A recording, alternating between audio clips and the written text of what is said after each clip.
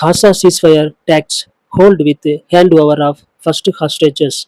Ceasefire takes hold with handover of first hostages. A ceasefire between Israel and Hamas took hold in the Gaza Strip on Sunday, ushering in an initial 6-week period of calm and rising hopes for the release of dozens of militants held hostages and an end to the devastating 15-month war.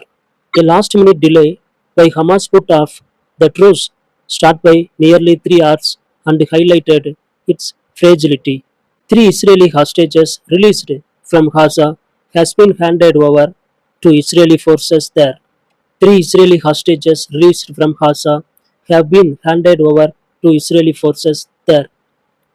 The three hostages are Romy Jonan, 24, kidnapped from the Nova Music Festival, and Emily Damari, 28, and Doran Steinpreacher, 31, kidnapped from Kibbutz Kfar Aza. Subsequently, they were united with their families in Israel. Later on Sunday, Israel is expected to release around 90 Palestinian prisoners. Even before the ceasefire took effect, celebrations erupted across the territory and some Palestinians began returning to their homes.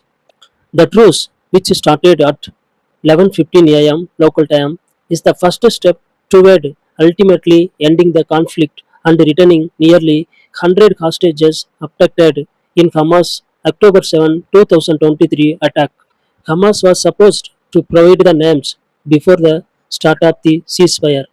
Originally planned for 8:30 a.m., it released the names about 2 hours later, citing technical reasons and saying it was still committed to the agreement. In the interim, between 8:30 a.m. and when the ceasefire took hold, Israeli fire killed at least 26 people, according to the Gaza's health ministry. It did not say whether they were civilians or fighters. The military has warned people to stay away from Israeli forces as they retreat to a buffer zone inside Gaza. The ceasefire deal was announced last week after a year of mediation by the United States, Qatar, and Egypt.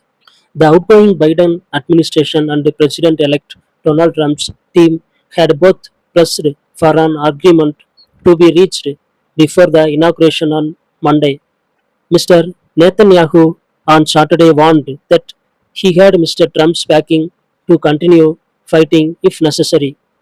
The 42-day first phase of the ceasefire should see 33 hostages returned from Gaza and hundreds of Palestinians, prisoners, and detainees released. Many displaced Palestinians should be able to return home.